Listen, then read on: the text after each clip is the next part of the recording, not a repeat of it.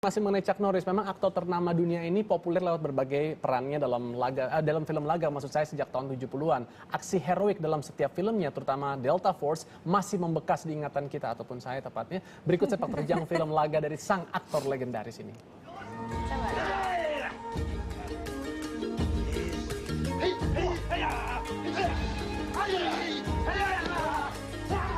Kelihayan Chuck Norris dalam aksi laga ia peroleh sejak belajar seni bela diri di Korea pada tahun 1950. Saat itu ia menjabat sebagai staf Angkatan Udara Amerika Serikat. Karena merasa mempunyai bakat beradu akting, Norris keluar dari Angkatan Udara dan segera membuka studio karate dan beralih ke film pada tahun 1970-an. Debut pertama dan terbaiknya adalah saat Chuck Norris muncul dengan Bruce Lee dalam film Return of the Dragon pada tahun 1972. Peran apiknya dalam film tersebut akhirnya ia membintangi serial televisi hingga 1990. Salah satu hal menarik dari film ini adalah adegan pertarungan antara Norris dan aktor bela diri Bruce Lee dipentaskan di Colosseum Roma yang terkenal.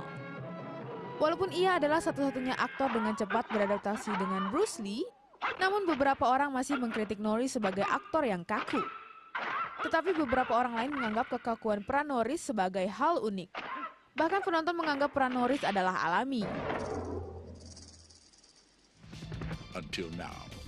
Kesuksesan peran alaminya tersebut terutama dalam film Lost in Action pada tahun 1984.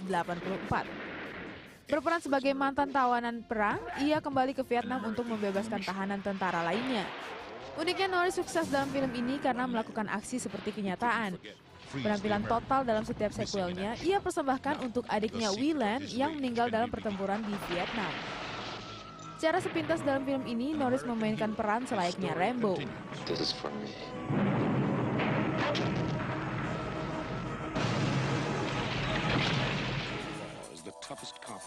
Norris dianggap sebagai ikon pahlawan baru dalam film laga. Selepas filmnya itu, Norris menerima pujian untuk filmnya sebagai polisi dalam Code Silent pada tahun 1985.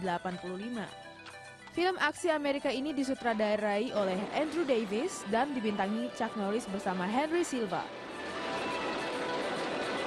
Film ini menampilkan Norris sebagai Eddie Cusack, seorang petugas polisi berpakaian preman dalam menumpas kejahatan obat terlarang, sekaligus pergulatannya dalam melindungi kesalahan partner kerjanya menumpas kriminal. Kedekatan Norris dalam dunia militer sangat membantu peran-perannya dalam film. Ia dapat memerankan secara apik peran petugas militer dengan gaya alami ciri khasnya.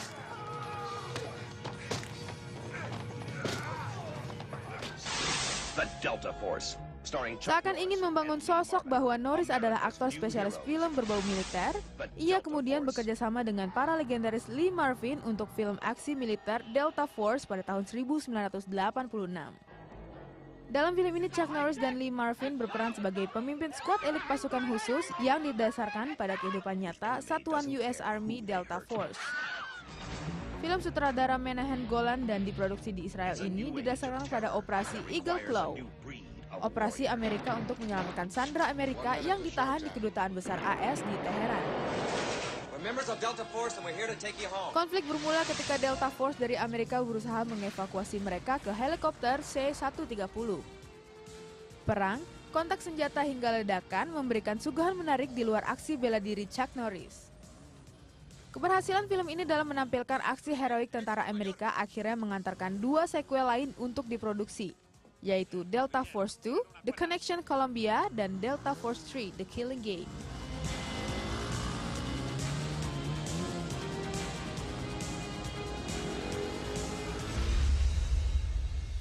Film terakhir Chuck Norris sebagai pemeran utama dapat kita nikmati dalam The Expendables, yaitu sebuah aksi gabungan tokoh kawakan film laga Amerika.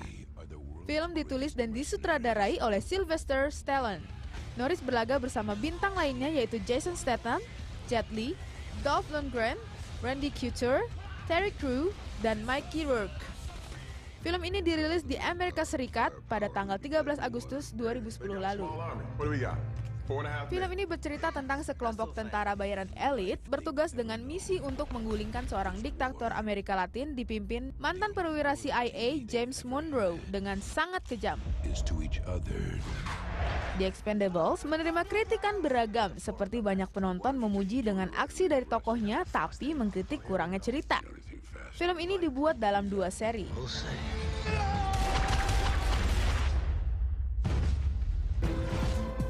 Setelah sekian lama Norris tidak tampak di film, kini ia menjadi pendukung dari bagian badan amal Make-A-Wish Foundation dan United Way.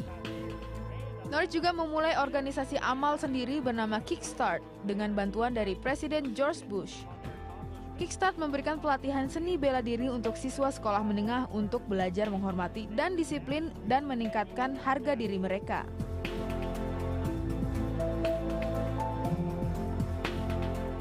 There we go, Chuck Norris. Ada satu lagi ternyata teman-teman, muridnya muridnya Bruce Lee. Selain Chuck Norris kan ada Kareem Abdul-Jabbar, ada juga sutradara film Roman Polanski itu juga. Roman Polanski, Yes. luar biasa. Ternyata.